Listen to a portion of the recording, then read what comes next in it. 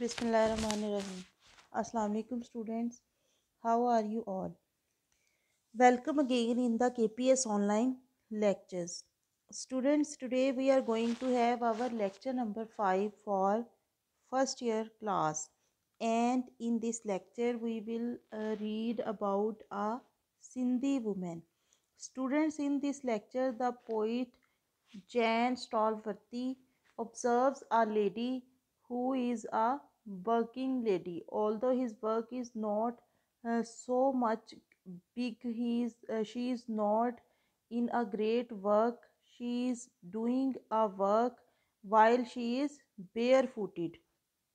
यानी इस पोएम में शायर जो है वो एक औरत का जिक्र करता है, सिंधी औरत का, जिसने अपने सर पे एक मर्तबान जो है वो उठाया हुआ है, नंगे पाँव है वो, और वो चलती जा रही है बिल्कुल स्ट्रेट.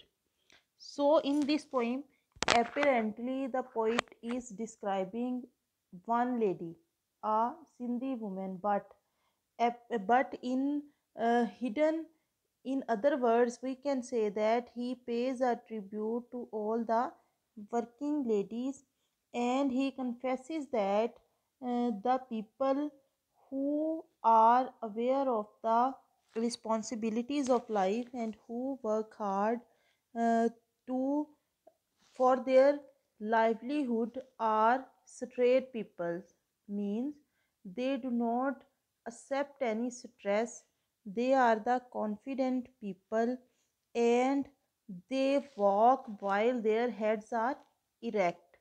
यानी ऐसे लोग जो मेहनत करने के आदी होते हैं वो बिल्कुल सीधा चलते हैं. सीधा चलते से मुराद है वो बिल्कुल कॉन्फिडेंट रहते हैं और वो अपनी ज़िंदगी जो है उसको भरपूर तरीके से पूरे एतमाद के साथ गुजारते हैं.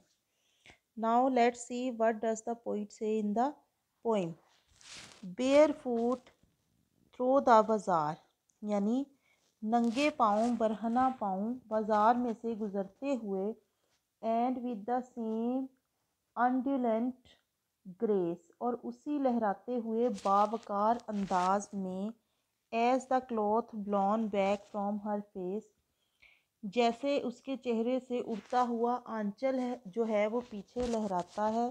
She glides with a stone jar high on her head, यानी वो पत्थर का जो जार है वो अपने सर पर उठाकर आहिस्ता आहिस्ता चल रही है. And not a ripple in her trade, और उसकी चाल में ज़रा सी भी डगमगाहट जो है वो नहीं है.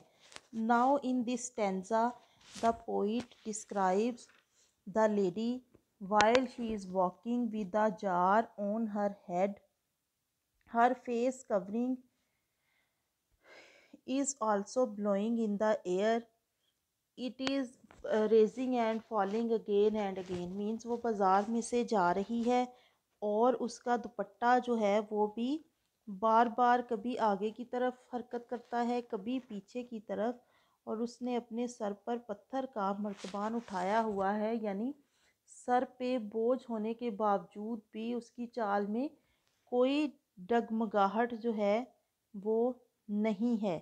The poet is very much impressed with his trade with her trade, यानी शायर जो है वो उसके इस बावकार अंदाज से बहुत ज़्यादा मुतासर है, और वो इतना मुतासर होता है कि वो ये पोइम जो है वो एक ट्रिब्यूट के तौर पर लिख देता है.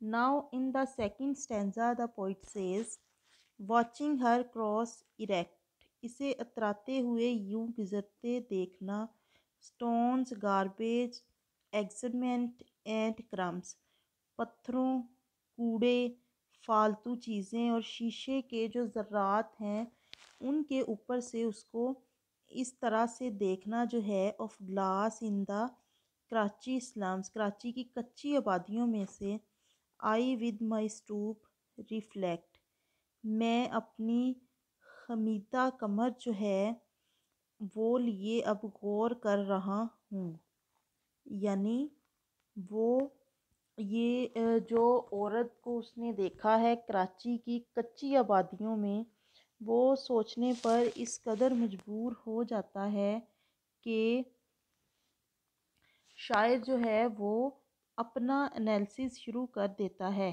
As he says that they stand most straight, कि वो लोग जो बावकार सीधे खड़े होते हैं, who learn to walk beneath a weight, यानी वही लोग जो हैं वो बावकार होते हैं जो जिम्मेदारियों का बोझ उठाकर चलना सीख जाते हैं। Now in this stanza the poet is of the view that the people who are habitual of working hard, they actually lead a very graceful life. Now the poet compares himself with the lady, with the woman, as he says that she is having a load on her head. In spite of this fact, she is straight. But the poet has not any load on his head, not any weight on his head. Instead of this fact, uh, his back is bent, means उसकी कमर में खम पड़ चुका है। बावजूद इसके कि उसके सर पे कोई बोझ भी नहीं है, फिर भी उसकी कमर जो है वो झुक चुकी है। तो वो अपने आप को उस औरत के साथ कंपेयर कर रहा है कि वो औरत जो मेहनत कश है और वो उसके सर पे बोझ भी है, लेकिन फिर भी वो बावकार तरीके से चल रही है। उसके जो बरक्स शायर है वो बोझ भी नहीं उठाए हुए, फिर भी उसकी कमर जो है वो खमीदा हो चुकी है, खम पड़ चुका है। Now the poet says that the people who does his duty well can walk with pride. He can be proud of his struggle. And these are the people who are honored everywhere. In the form of Sindhi woman, he represents the dutiful people. He pays a contribute to the graceful people who have the weapon of struggle. यानी वो लोग जिनको मेहनत की आदत है वही दरअसल बावकार ज़िंदगी गुजारते हैं। Now students, we will see the theme of the poem. As you would have got the idea of the poem, that which type of poem it is, but let's see what is the poet's point of view. This poem is a tribute to a working woman. जैसा कि हमने इस poem में discuss किया है कि वो एक ट्रिब्यूट पेश कर रहा है एक वर्किंग वुमेन को, काम करने वाली औरत को। Work creates rhyme rhythm in life, यानी काम करना जो है वो ज़िंदगी में रिदम पैदा करता है। Work keeps a person strong and vigilant, ये इंसान को मज़बूत और चुस्त रखता है। An idle man will soon decay, यानी जो निकम्मा आदमी है वो जल्द ही जवाल का शिकार हो जाता है। This poem also portrays realistically the slums of Karachi in a few words. Now the poet has described the condition of Karachi by giving it the name slums, यानी कहीं ना कहीं शायर जो है वो कराची के हालात को भी दिखाना चाह रहा है जब वो इस तरह के वर्ड्स यूज़ करता है जैसे slums. He also uses garbage, stones, excrement, crumbs, etc. for the main city of Pakistan, Karachi. Now the theme is this poem also portrays realistically the slums of Karachi in a few words. The poet praises and appreciates a working woman who has practically turned her work into an art.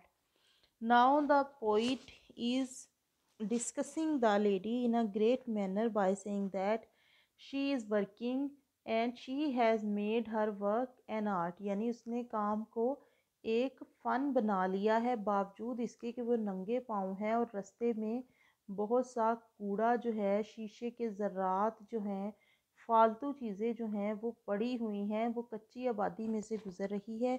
इसके बावजूद वो अपने काम को बहुत अच्छे तरीके से सरंजाम दे रही है। The women walk softly with the delicacy and rhythm of a dancers feet, यानी औरत जो है वो इस तरह से चल रही है, इतने नरम अंदाज में, इतने लाइट से अंदाज में चल रही है, शाइस्तगी के साथ।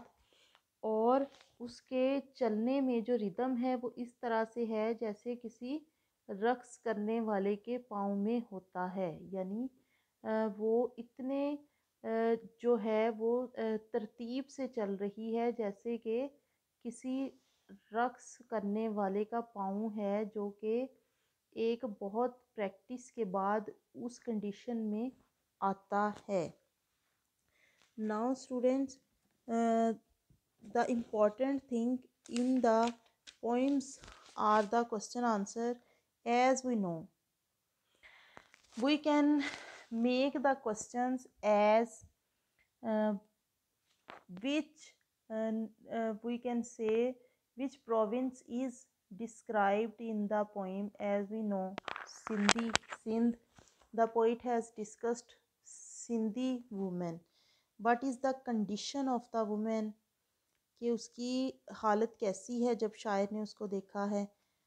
How where is the women passing from, कहाँ से वो गुज़र रही है। And what is on the head of the Sindhi women. We can also have the question, what does the Sindhi women represent, what does the poet want to say through this Sindhi women, to whom the poet pays a tribute by mentioning the lady. Now, what is the condition of the poet's body when he says, when he compares his condition with the lady. You can also have many other questions. So students, this was our lecture for today. Thank you so much.